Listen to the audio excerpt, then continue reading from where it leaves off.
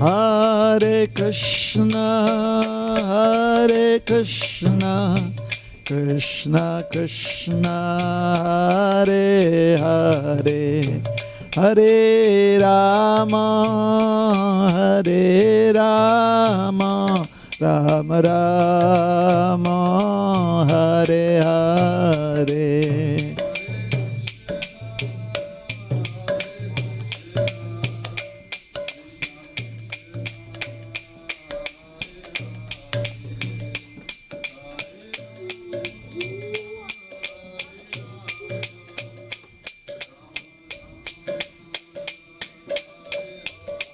Hare Krishna, Hare Krishna, Krishna Krishna, Hare Hare, Hare Rama, Hare Rama, Rama Rama, Hare Hare.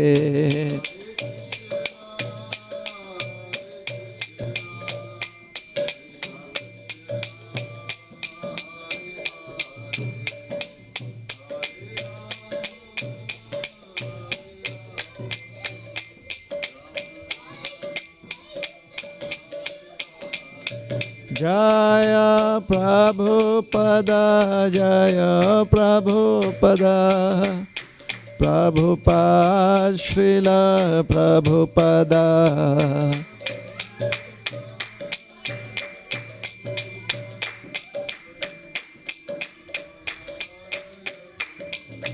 Prabhupada, Prabhupada, Prabhupada, Jaya Prabhupada.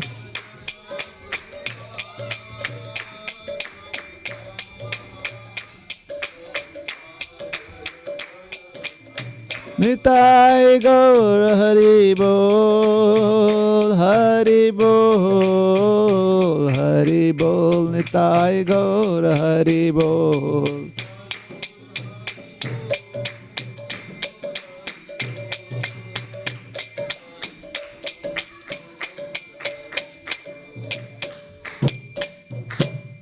Shri हरिनाम संकीर्तन की जय, श्रील प्रभुपाद की जय, अनंत कोटि वैष्णव भक्त वृंद की जय, जय निताई गौर प्रेमानंदे, हरि हरि बोल.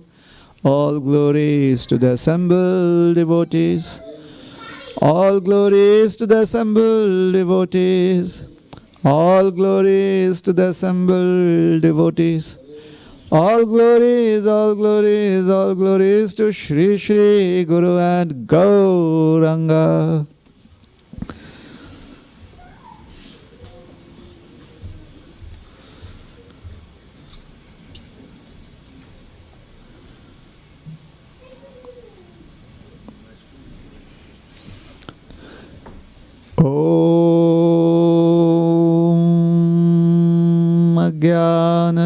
ज्ञानतिमिरान्धस्य ज्ञानाञ्जनशलाकया चक्षुरुन्मिलितं येन तस्मै श्रीगुरवे नमः. श्रीचैतन्यमनोभीष्टं स्थापितं येन भूतले स्वयं रूप कदा मह्यं ददाति स्वपदान्तिकम्. नमो विष्णुपादाय कृष्णप्रेष्ठाय भूतले श्रीमते भक्तिवेदान्त स्वामिनिति नामिने. नमस्ते सारस्वती देवे गौरवाणी प्रचारिणे निर्विशेष शून्यवादी पाश्चात्य देशतारिणे. वाञ्छाकल्पतरुभ्यश्च कृपा सिन्धुभ्य एव च पतितानां पावनेभ्यो वैष्णवेभ्यो नमो नमः. जय श्री कृष्ण चैतन्य प्रभु नित्यानंद, श्री अद्वैत गदाधर श्रीवासादि गौर भक्त Bhakta Brinda. Hare Krishna, Krishna Krishna, Hare Hare, Hare Rama, Rama Rama, Hare Hare. Hare Krishna. How is everyone? Good? Truly good?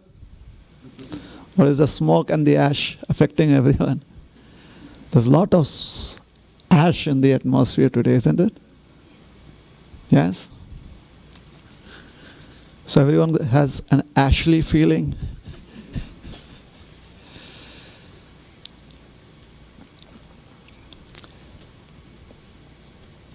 In the Srimad Bhagavatam, when there is a description of the material world, it is described that the external energy of the Lord occupies one corner of the Lord's creation, Lord Krishna's creation. And that corner is covered over by a dark smoke. That is the material world. So sometimes we can see the feature of smoke in various other forms also. It just reminds us that we are in the material world, a dark corner of Krishna's creation. And it inspires, or it should inspire us to try and remember Krishna all the more. We've heard of, or every day we hear, that devotees sing the Guruvashtakam, that the entire material world is like a blazing forest fire. So today we are dealing with fires right from Vancouver, BC to Oregon, and maybe even California. So there's so much talk going on. There's constant reports, wildfires everywhere. For the devotees, that's like regular news. Sangsara dava nadalira loka tranaya karunya ghana ghanatvam. Where is the ghana ghanatvam? There's no clouds of mercy that will shower down the rains of mercy. That's not there right now. But in the Guruvashtakam, Vishwanath Chakravarti Thakur, he prays, this is his prayer, that the spiritual master's mercy are like the rain clouds that bring in torrents of rain which completely puts out the fire of material existence. So with the blessings of our great spiritual masters, and especially His Divine Grace, A.C. Bhaktivedanta Swami Maharaj Srila Prabhupada, we will try to speak something that will help us understand how wonderful is Krishna's mercy and what could be the pitfalls or challenges when we want to receive Krishna's mercy.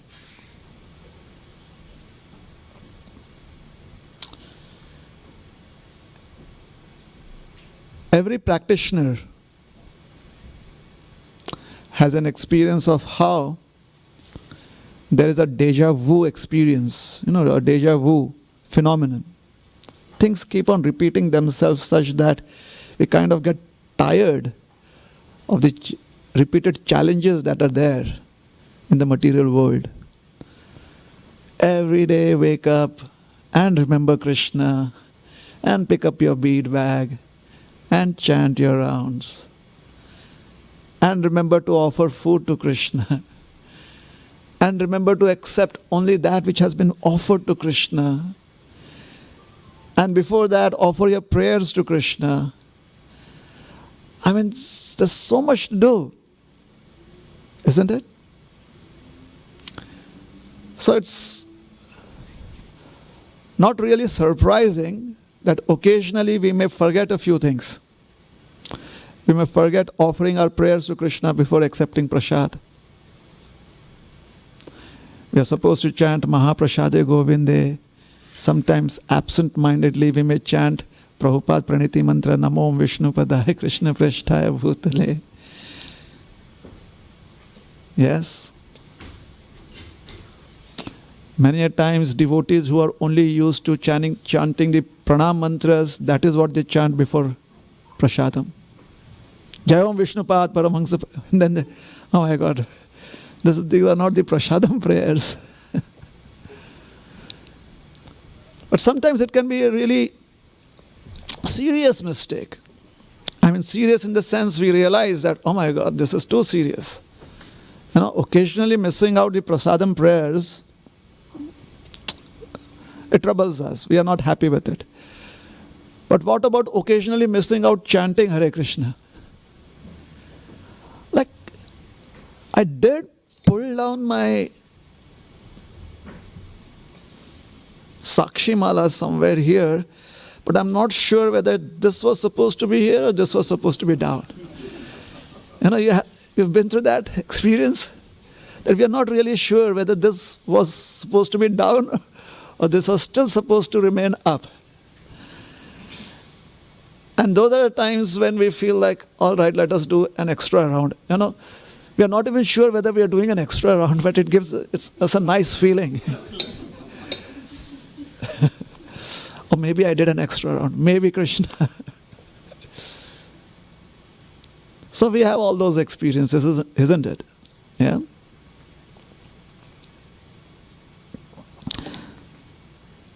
So some of those challenges in different forms we may want to discuss. We will be discussing today and in the coming 2 days. So there will be a 3-day discourse seminar. So I would seek the blessings of all devotees. Especially I would like to appreciate the opportunity given to me by the temple management. And also would like to offer my deepest gratitude and respects to our very own inspiration here, His Grace, Harivilas Prabhu. So everyone is ready? All right. Let me describe a particular scenario from the Kathopanishad. Now this is not new, because we've heard it so often that practically this understanding is like pouring out of our ears now. But let us do it once again. Let us just be repetitive. It's helpful. Oh, before that, I'm sorry. Before that, I have to do what I'm supposed to do, right? I have to try and satisfy the devotees in the audience. So let us start off with a joke. That helps? Yes. My ratings just went up just by saying that I'm going to tell you a joke. As practitioners, if you're not careful, and sometimes the challenges that we face, it kind of puts us in a situation where we think that how could I be so stupid? Ever been there like, gosh, how could I be so stupid? I mean, this is so simple. How did I miss it out? So, every day, a gentleman would go to his workplace, leave his home in the morning and walk down the sidewalk. It was a 10-minute walk to his workplace. Every single day he would do that. And every single day on the sidewalk, there would be a banana peel. Right there. And without fail, every single day, this gentleman would place his foot on the banana peel. And he would like slip and fall. Yes? It is like somebody missing their prasadam prayers every now and then. Whoosh and bam. And then he would get up and he would like hold his back. There was some pain there, and somehow it go limping to his workplace. This was his routine every day. Monday through Friday. There would be the banana peel without fail. He would step on it. Bam. Yes, and the local people have gotten used to this. Okay, 8-5, whoosh, bam. This particular week, it was Friday the 29th, the leap year. This particular day, as our gentleman walks down the sidewalk to reach his place of work, to his utter surprise, there is no banana peel. So no whoosh and no bam. All right? 1st of March, he's walking down the sidewalk. The previous day, he hasn't had a fall. Remember, this is a sadhaka, a devotee practitioner. Okay? Walking down the sidewalk. And what does he see? He sees a banana peel right there. A banana skin right there. And do you know what is going through his mind? He's thinking, oh my God, I have to slip and fall again today. Can you imagine that?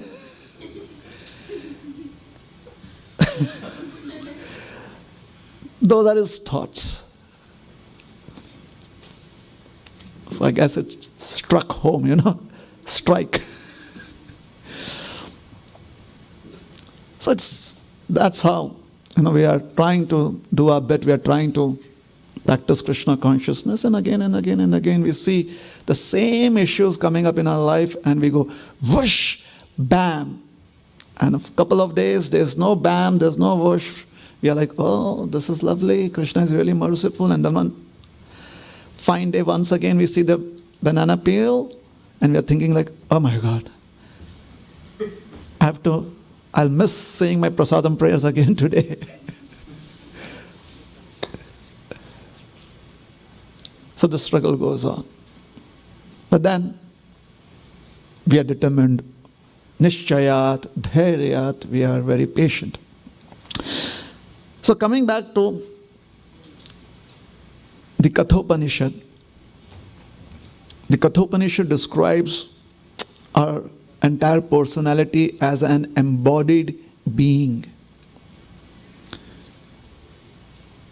Atmanam rathinam vidhi, shariram rathamevacha, buddhim tu sarathim vidhi, manah pragrahamevacha.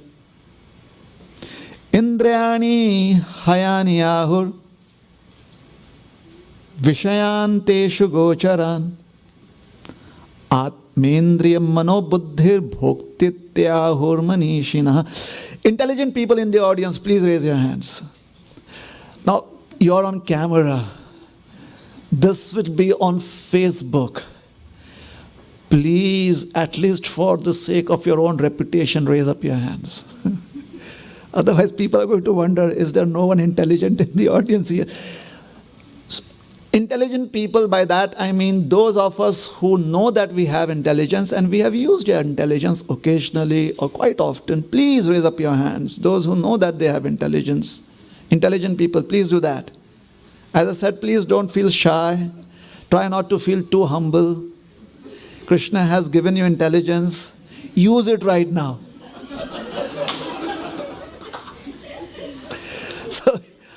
All the intelligent people in the audience, please raise up your hands.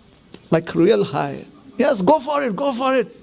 Everyone, go for it. You are intelligent. I'm trying to tell you again and again, intelligent people, yes, there you go, there you go. Raise your hands. Thank you very much. Now let me tell you what an intelligent man does, according to the Kathopanishad.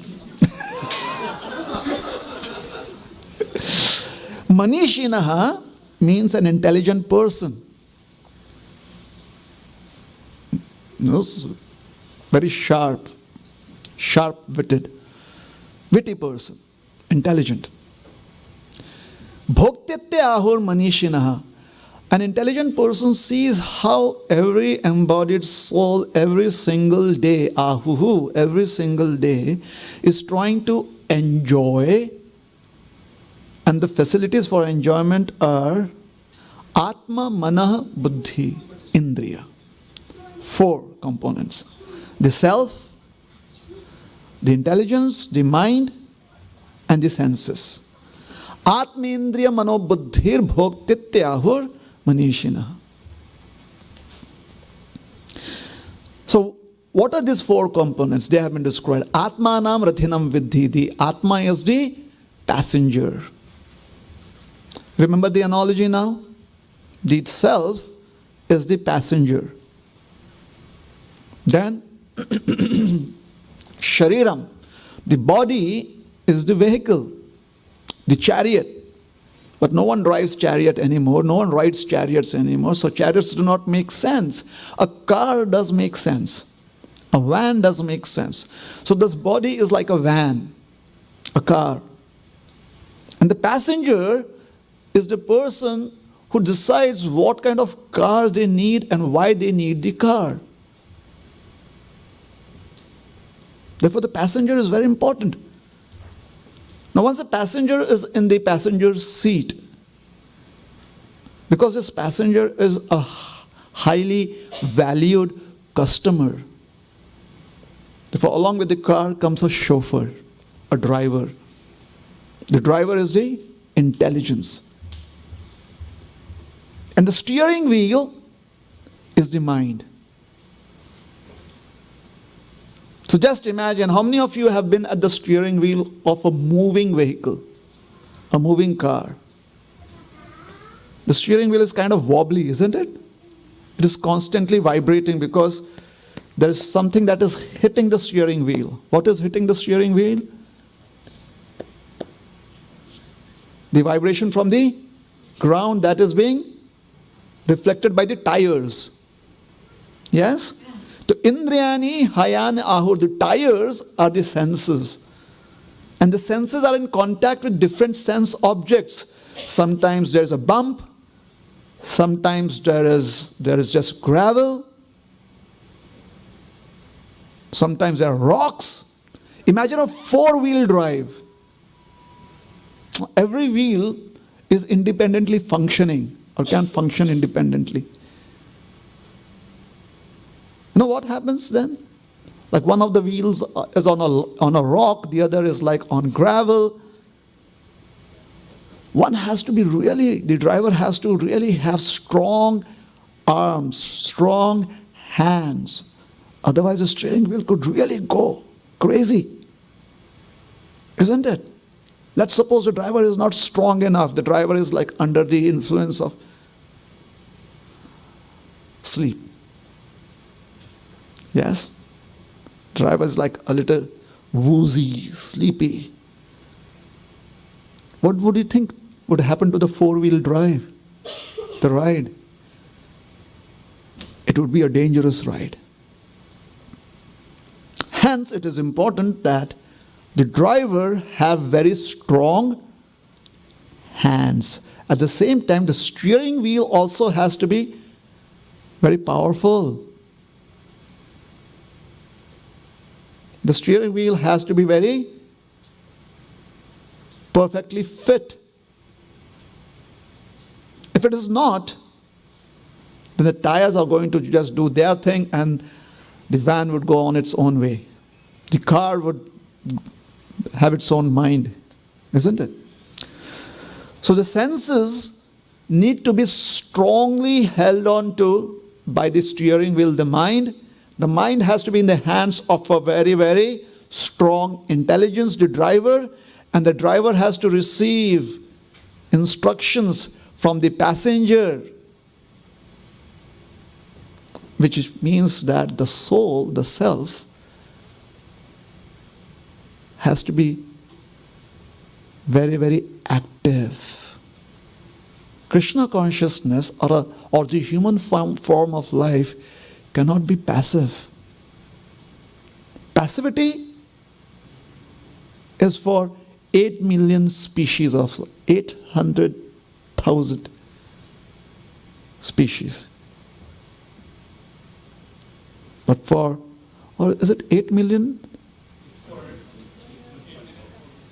Yes. No, just 8 million. 8 million species of life, there is passivity for them. They can be passive. But the 400,000 species of human beings, one needs to be very active. The self has to be very active. Very active does not mean that we have to always be awake. Very active means the self needs to always be giving directions to the buddhi, to the intelligence, and the self can never zone out. As soon as the self zones out, if you are an archer or if you are a marksman, what is that person called? You have them in the army with that rifle? Sniper. A sniper? Thank you very much. A sniper. If you're a sniper, where you are, in your scope, a difference of 0.1 degree would mean that you are going to strike your target, or you are going to miss your target by miles maybe. You could do that. So in your scope, the deviation is only 0.01 degree. So 0.01 degree of laxity, being lax in the human form of life, being passive in the human form of life, could actually take the human form of life down a trajectory that is millions of miles away from its goal. Hence, Tato Brahma Jigyasa. Now, Tato Brahma Jigyasa. Therefore, in this human form of life, be very, very active, alert. Know that the goal of this human form of life is just to be Krishna conscious. Unfortunately, this is true for some of us. This is an unfortunate truth.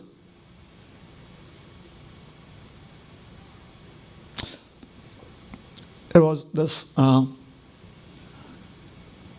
class of first graders, and they were given a task. Draw a picture of someone you idolize the most. Who's your greatest idol? So everyone is drawing their picture of the celebs that they know, or their parents, or someone like that. And the teacher, the class teacher, is taking her rounds. So she is like looking into the worksheet of every student that's there. And she's kind of trying to figure out, or even asking them, oh, so is this your mom? And the child goes like, yes. Oh, who's this? And this is Abraham Lincoln, maybe. They're trying to draw pictures of somebody that they really respect a lot. So there is this one girl, and she's drawing this picture. And the teacher is standing right beside her, and she asks her, whose picture are you drawing here? And the child says, God.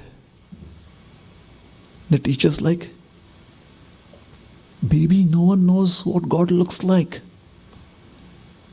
No one's seen God. And the girl goes like, well, please wait 10 minutes and everyone shall see what God looks like. Yeah? So, this girl is someone who's convinced that she knows what God looks like. Maybe she's been to the Vedic Cultural Center here, who knows? Yes? And she's convinced that others would also clearly know what God looks like. Once she's done with her picture, once she's done drawing, making her drawing. Similarly, the Vedas are stating that one has to be convinced. People around may tell us, oh no, human form of life is for this and you should also be doing that. Well, very good.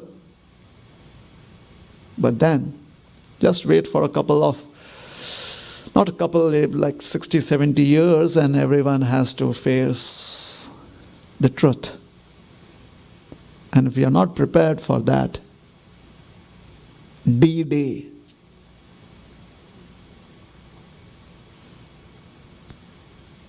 then it's too late. Hence, one must be convinced that the human form of life is meant for Krishna consciousness. Period. But then we can have fun in Krishna consciousness. We can have kachoris, we can have pizzas and all of that. That's a different thing. But one has to be convinced.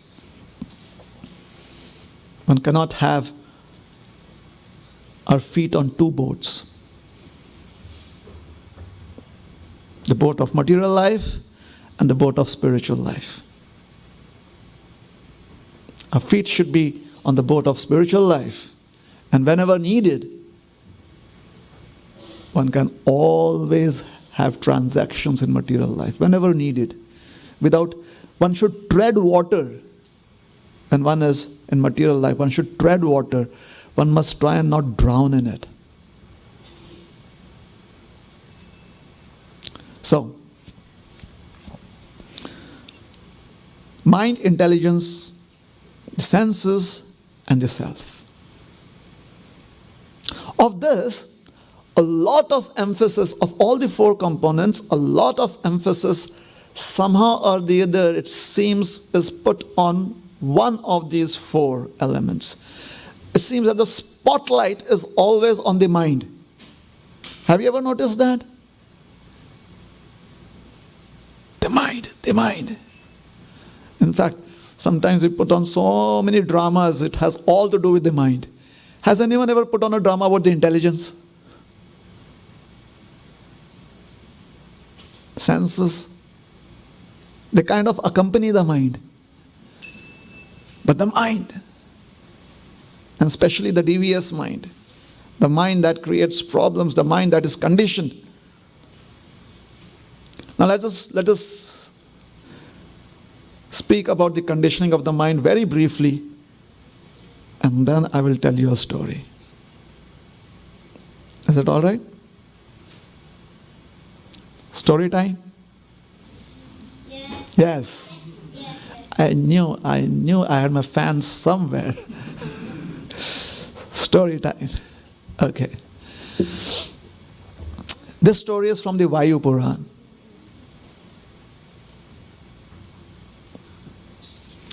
A great rishi of the name Shandilya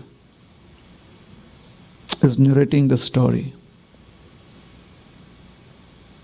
And before he begins the story, he speaks about the mind. He makes a very, very pertinent point, and I think all of us would be, it would be of great benefit to each one of us if we can pay attention to what he's saying here. He says, if one is not engaged in active spiritual activities, in some active spiritual services, then one's mind should be engaged in thinking of auspicious thoughts. If the mind is not engaged in thinking of auspicious thoughts, then by its default nature, the mind will be engaged in thinking of inauspiciousness. That is the default nature of the mind. Yes? I mean, even after so much of having ISKCON rasgullas and gulab jamuns, and still the mind goes to the candy and the chocolates. If we are not careful. Yes? For those of you all who grew up in India and you've had all that tikkis and those pani puris, golgappas, or from South India, the tiffins. If you're not careful, where does the mind dwell on? What does it dwell on? That which is inauspicious.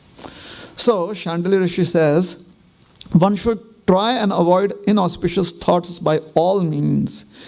By doing so, one will definitely avoid suffering in life. It is the mind which causes bondage and the mind which causes liberation for everyone. This is a very commonly understood fact. Manaiva manusyanam karanam bandham moksha. It is the mind which is a cause of bondage and it is the mind which is a cause of liberation. I mean, why don't I speak something new? Well, 2 plus 2 is always 4, believe it or not. And how many times I may repeat it, it is still 4 and you have to accept it. 2 and 2 makes 4. Similarly, it is a mind that is a cause of bondage, or on the other hand, the very same mind could be the cause of our liberation.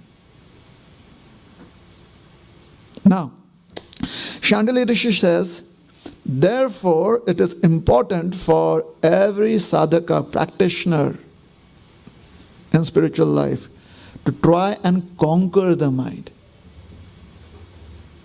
So what is this understanding of conquering the mind? It means make the mind always think auspicious. Don't let the mind be idle or passive, otherwise it will go towards inauspiciousness.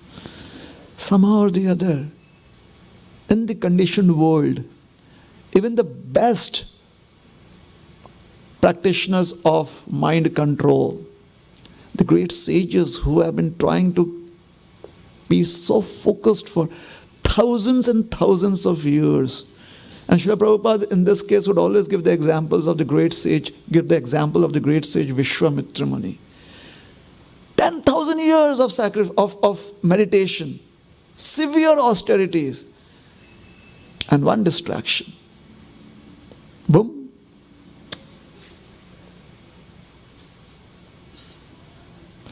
Like one NFL match, and Vishwamitra Muni is looking for tickets. Where can I get tickets? So, with great effort, one must conquer the mind. If one is able to do that, he says, one obtains all desired results. But if one does not do so, then one gains nothing.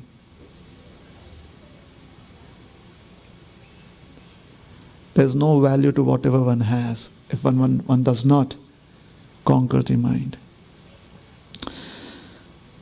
Once in a city, a very prosperous city of the name Nandivar. Oh, before that, let us try this. Okay? The mind has to be trained to think of auspicious things, and the mind should not think of inauspicious things. Okay? So let's have some fun. Spelling time. Everyone's ready? So I will spell out a word and you have to let me know what the word is. Everyone understands this? Now this is going to be like rapid fire, so you have to be very quick. You can shout out. Everyone can shout out. Please don't try and raise up your hands like, me, can I answer? So that's not happening now. It's like free for all. Everyone has to shout out. And for those of you who may not do so, after a couple of attempts, you are going to feel like, oh my God, why wasn't I participating? So please participate. So these are the words. I'm going to spell out the words and you have to tell me what the word is. Ready?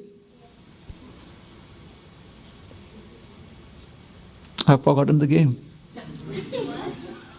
Yes. Well, that was my trick. We have to do it the other way around. I tell you the word and you have to spell it out. Ready, everyone? Okay, go. Coast. C-O-P-H-O-S-T. Coast. C-O-A-S-T. Roast. R-O-A-S-T. Boast. B-O-S-T. Most. W-S-T. What was it? Why? Why? W-H-Y. Now, why is... I'm sorry, that was my bad. Why is M-O-S-T most and R-O-A-S-T roast or B-O-A-S-T boast? Why is not boast B-O-S-T? Well, M-O-S-T is not most. It's most. Yes? Anyone who actually missed it out for a moment, like they went M-O-A-S-T. Did that kind of happen? Did anyone like get stuck up somewhere? Are you sure? I mean, were there some who got like kind of stuck up like M-O? If that happened, why did you stop your mind from going there? How did you do it? Well, it makes sense, if taken literally, somebody who has no idea what is the English language, you tell them, okay, roast is R-O-A-S-T, boast is B-O-A-S-T, and you ask them what is most, and they would go, most probably they would go M-O-A-S-T. Maybe for a moment our mind was doing that. Why did we stop the mind from going to A? Because we know that is not correct. We know that, right? Is it correct? It's not. See how easy it is? Is it difficult? If we train ourselves, then we can make the mind think of that which is auspicious and we can stop the mind going to that which is inauspicious. Okay? All right, let's try this again. The spelling game, and somewhere there's a twist, okay? Bear with me. Once again, similar words. Boast. B-O-S-T. Coast. B-O-S-T. Toast. B-O-S-T. What do you put in a toaster? Bread. Why not a toast? How many of you all wanted to put a toast in a toaster?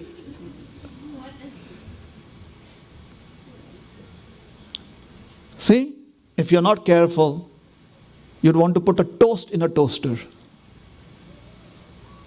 But because you are alert and you are careful, you put bread in the toaster. Because once it is toasted, then the bread is a toast. Isn't it? Okay? You get the hang of it now? What Shandilya Muni is trying to say here?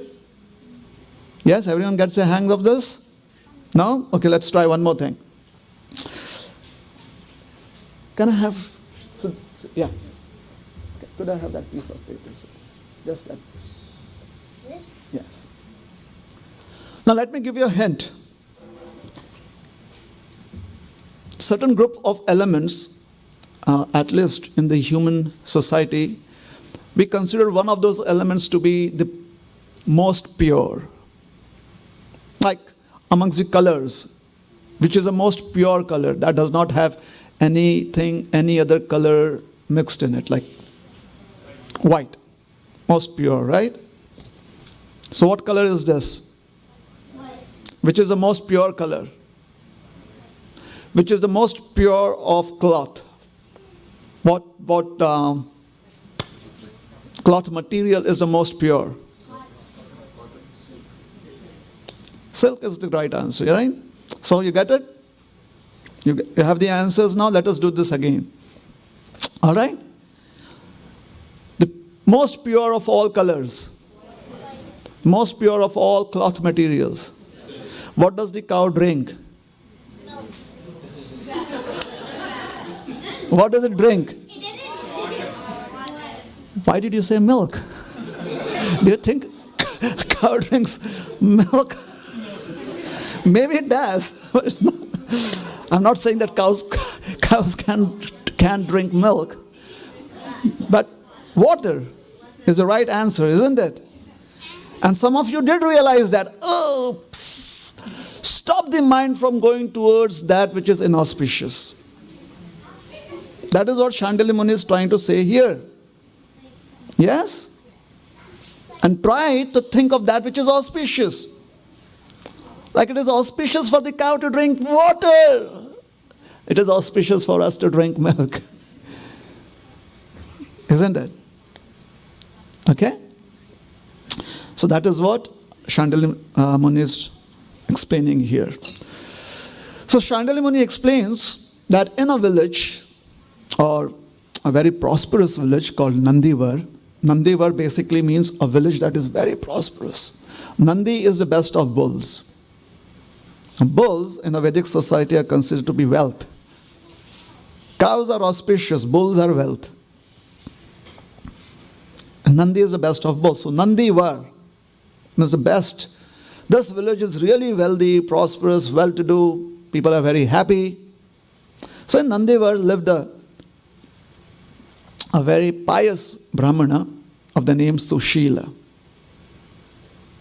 Obviously, he was having all good qualities, divine qualities, therefore Sushila. Now Sushila had two sons. Suvritta was the eldest and the younger one was Vritta. Those of good qualities. So, as father, so sons. Suvritta was the eldest one, the elder son. The younger one was called Vritta. Vritta and Suvritta grew up to be very wonderful young men. And as is the nature of things, their father, Sushila, left his body. So Vritta and Suvritta decided to pay a visit to a holy place, go on a pilgrimage and pray for the departed soul. Pray for the father to achieve a higher destination. So where should we go? They wanted to go to Prayag. You've heard of Prayag? Everyone's heard of Prayag? Where is Prayag? Prayag is in Allahabad. Prayag is another name for Allahabad. That's good. So Prayag is a holy place in India on the banks of the river Ganges, where actually three rivers meet together and form a confluence. Which are those three rivers? Ganga, Yamuna, Saraswati. Yes, so 3 in 1. So you make one trip and you get the benefit of bathing in 3 rivers. Brilliant. Confluence. So they wanted to go to Prayag. Prayag basically also means the place where any kind of sacrifice gives you the highest of benefits. So Prayag is a place of sacrifice. So any sacrifice, any austerities that are performed, gives one the highest benedictions. So they felt that this is the best place where they should go and offer water to the departed soul of their father. So they went to Prayag. They were on their way to Prayag. They had almost reached their destination. It was maybe half a day's walk.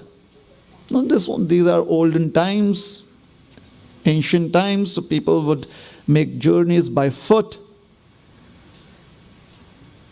So they were traveling by foot, on foot.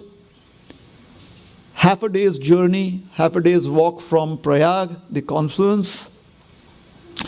Suddenly the sky turns gray, clouds, dark clouds come rumbling in, and a storm arrives. A very, very powerful storm. There's thunder, there's lightning, incessant rains falling. There's this really powerful wind that is blowing.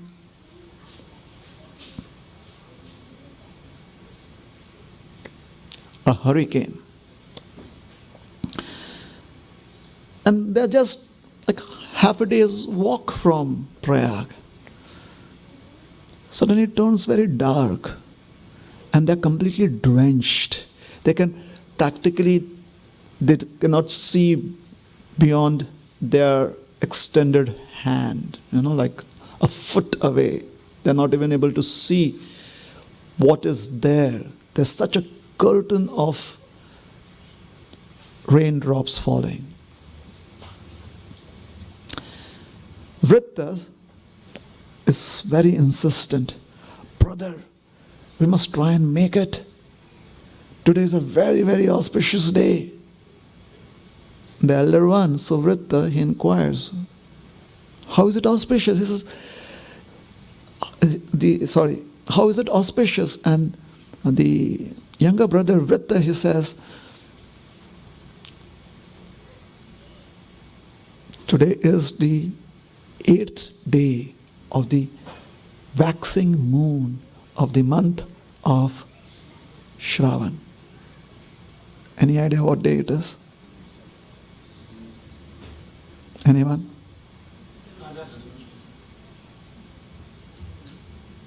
Did I say waxing or waning? I'm sorry, it's a waning moon. It's the 8th day of the waning moon of the month of Shravan.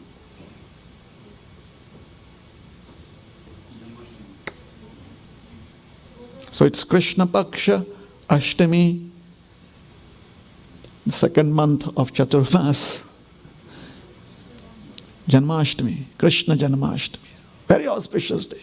So let us go to the confluence, let us go to the temple at the confluence, the temple of Lord Krishna, Lord Veni-Madhava, and there we can take darshan of the Lord on the day of Janmashtami. We can participate in the festivities. Let us try and make it. Suvritta says, yes, let us go on. They walk a few feet. And Suvritta cannot do it. He kind of gives up and he says, I'm going to stay right here, and I suggest that you also do the same. The storm is really very difficult to go through the storm. Let us find some shelter. There's this building. So they take shelter at the door of the building. And the rain is still hitting them. So Suvritta says, I'm going in. And Vritta tells him, no, don't go in. He says, well, I need to find shelter. I need to be away from this rain and the wind. Don't go in, don't go in. This is not a very good place. I don't care. He enters the building. It is a place that building is where decent men don't enter, because it is a brothel. So Vritta goes. Vritta is like, I'm not going in there and I'm going to continue on. Somehow or the other, Vritta makes his way through all the rain and the winds, somehow finds his directions and reaches the temple of Lord Veni-Madhava. The entire temple is wonderfully decorated. There are so many festive activities going on in the temple. People are doing kirtan, and there is the abhishek of the Lord going on. It's a joyous atmosphere. Everyone is smiling. They are trying to do some service. Vritta finds some service for himself. He kind of goes and offers obeisances to the Lord. And with his very eyes, he sees the beautiful form of Lord Madhava. However, his mind is thinking about Suvritta, his brother, and is thinking, oh, why did my brother stop there? And as he's thinking like that and is trying to offer flowers to the deity, he gets pushed a bit. And he gets pulled a bit. There's a crowd and people are going like, Hare Krishna, and everyone is very happy, but he's like being pushed and pulled, he's drenched, and is in that state of consciousness where he's offering, or in that state of existence where he's offering flowers at the lotus feet of the deity and is looking at the beautiful form of the deity of Lord Madhava. He's thinking about, oh, Suvritta must be so comfortable there. I mean, he may have a fresh set of clothes being given to him, and he would have hot food being served to him, and drinks served to him, and there must be people trying to take care of him, and he must be feeling so happy, and he must have a soft couch or a bed to relax on. Why did I not listen to him? I could have come here after the storm had passed. Why did not I listen to my brother? Right now, here I'm drenched in the middle of this crowd. I'm so uncomfortable. And he must be so comfortable there. And thinking about how his brother must be comfortable, he had this deep lamentation within his heart. I missed out. Now, on the other hand, Suvritta, who stayed back, who took shelter in this building, he is thinking about his brother and is thinking that my brother is so fortunate.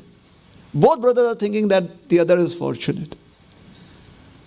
So Suvritta is thinking about Vritta, that he's so fortunate. Right now, he must be right in front of the deity, and with his head, he must be offering obeisances to the deity of the Lord. And here my head is on this couch so far away from the lotus feet of a dear Lord. And Suvritta, he must with his eyes, he must be seeing the beautiful form of the Lord. With his mouth, he must be chanting the holy names of the Lord. With his ears, he must be hearing about the pastimes of the Lord. With his feet, he must be dancing in the kirtan of the Lord. Oh, my dear brother must have been such a pious person in his past lives. Because indeed, all the piety of one's past lives makes us fortunate enough to participate in the holy festival of Lord Krishna. I must have been a sinful person. I must have committed so many sins for so many lifetimes that although I was just half a day's journey away from the temple of Lord Madhava, I accepted defeat. I did not go on. I surrendered to my bodily necessities, my requirements, and here I am on the day of Janmashtami.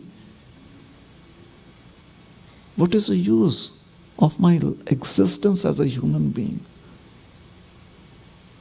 Indeed, both I and Vritta, my younger brother, we were born of the same father. We received the same instructions. We received similar guidance, we received the similar sanskaras, but he today is at the temple of Lord Madhava and I am here in this unholy place.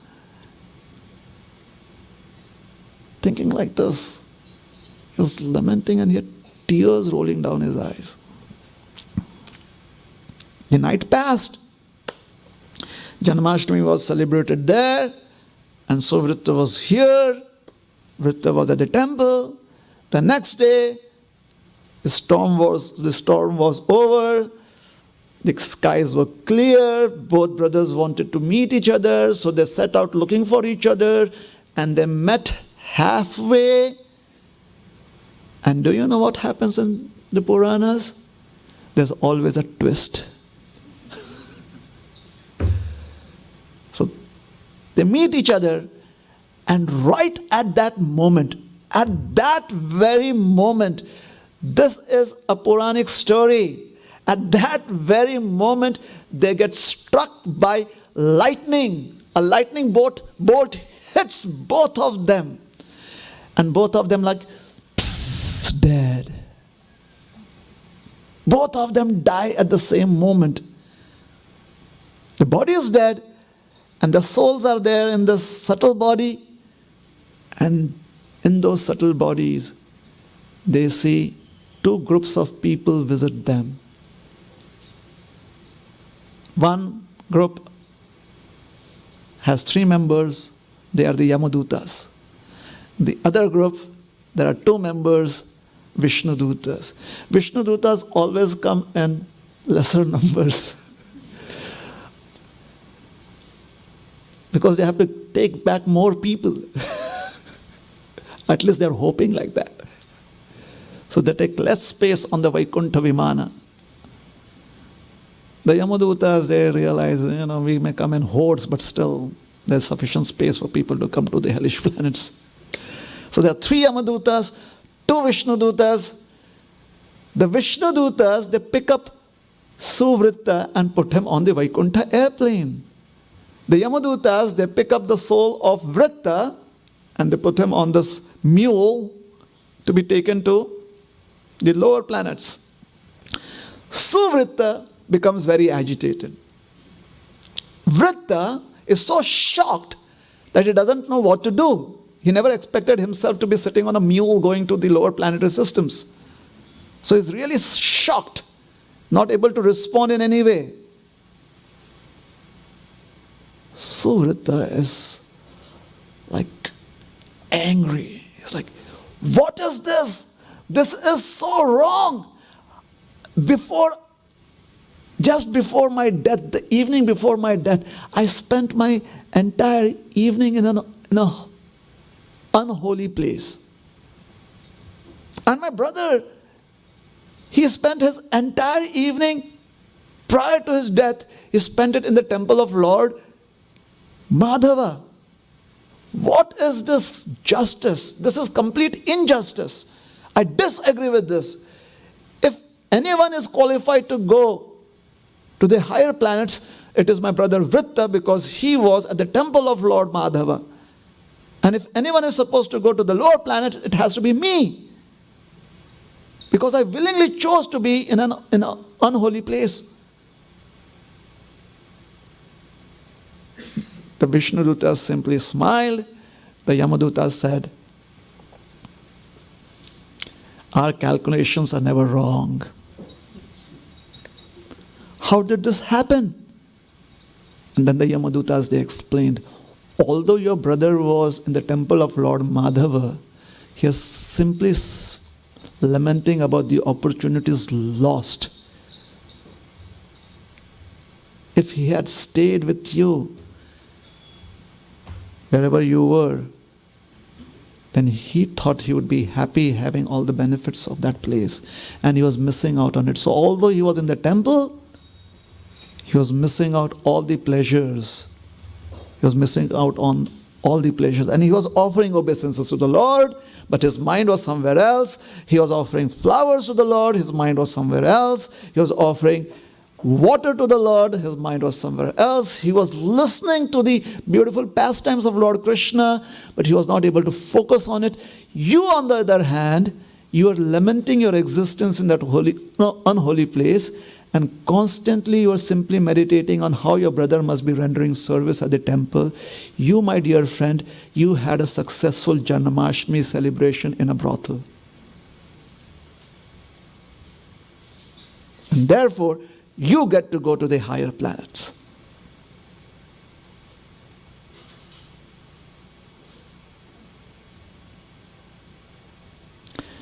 In Hindi there is a saying, भगवान की चक्की धीमी पिसती है लेकिन बहुत महीन. Justice is received appropriately, and there's never a mistake made.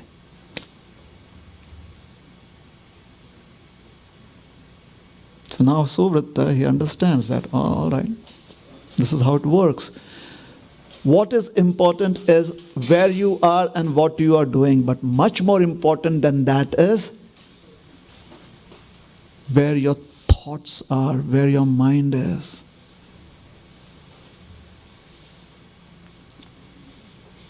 Where you are and what you are doing is also very important.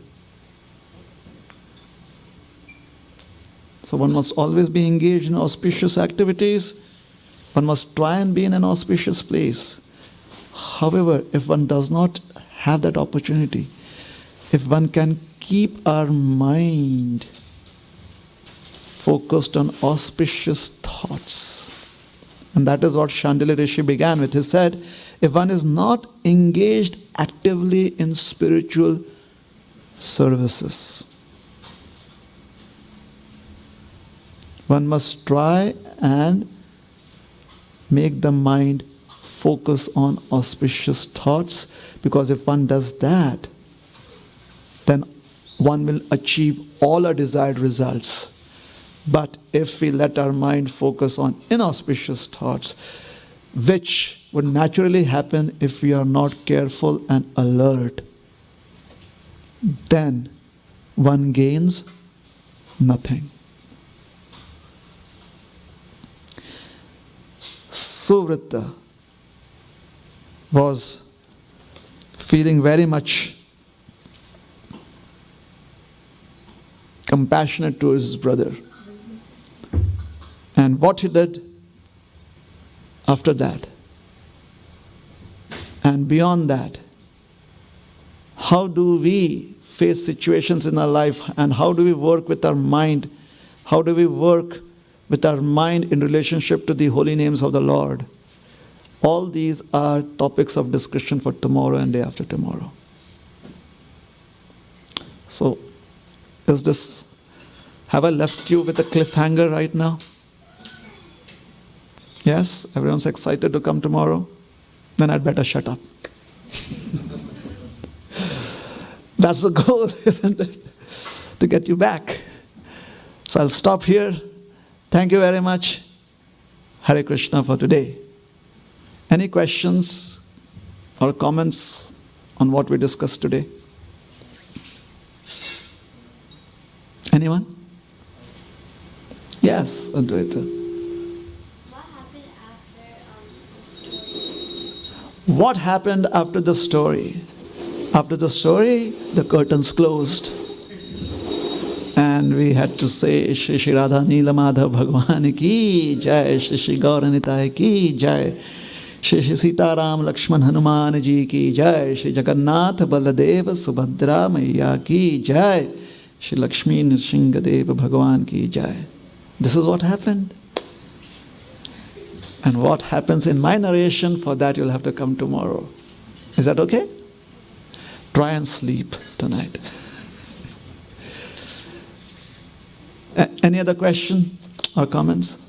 Yes, Prabhu. Hare Krishna. Just to clarify, so you said the mind should focus on auspicious thoughts. Mm-hmm. And if you don't do that, by default we do inauspicious thoughts. Mm-hmm. But is there something prior to the auspicious thoughts that we should be engaged in service? I didn't get that properly. If one is not engaged in active spiritual services, then one must keep the mind focused on auspicious thoughts, and one must not let the mind go towards inauspicious thoughts.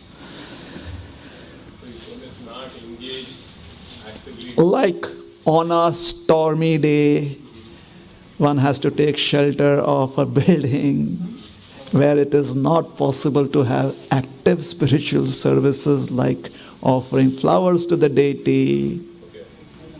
One must be careful to have our thoughts go towards auspicious things. That is why the story was told by Chandelier Rishi. Yes? So, that's the point. There will be occasions, there could be occasions in our life when we do not have active spiritual services. There could be occasions like Suvritta did not have that opportunity even on the day of Janmashtami.